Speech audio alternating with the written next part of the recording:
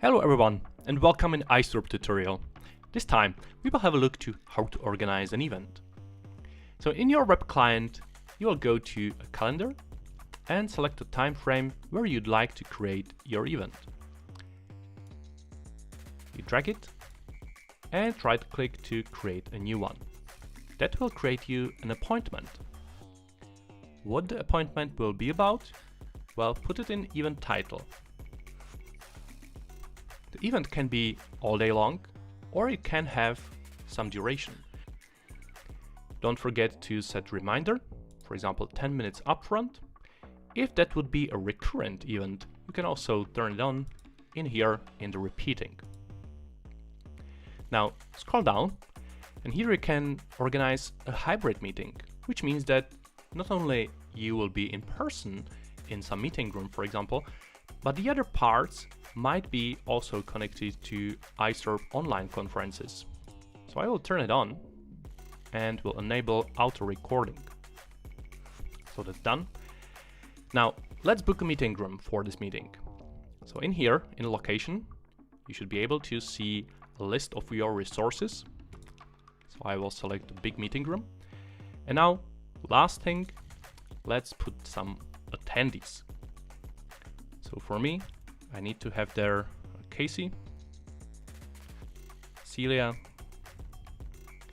and James. There you go. Now, what happened on the right side, as you can see, is that the meeting became the red. What does that mean?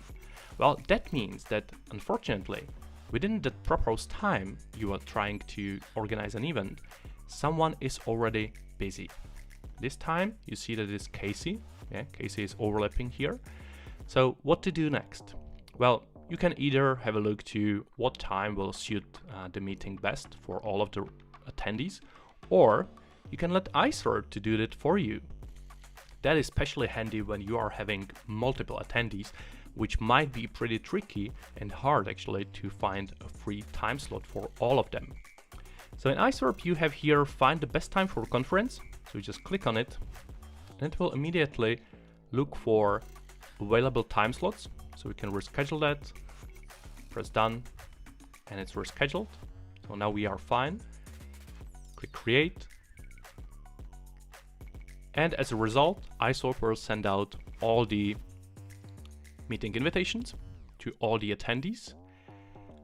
Because I created also a conference, therefore I will see it in my conferences. So yeah, that's pretty much it. Now you are awaiting your responses from other attendees, whether they will come, they will accept the invitation or decline or propose new time or make it tentative, whatever. But now it's up to them. See you on another video.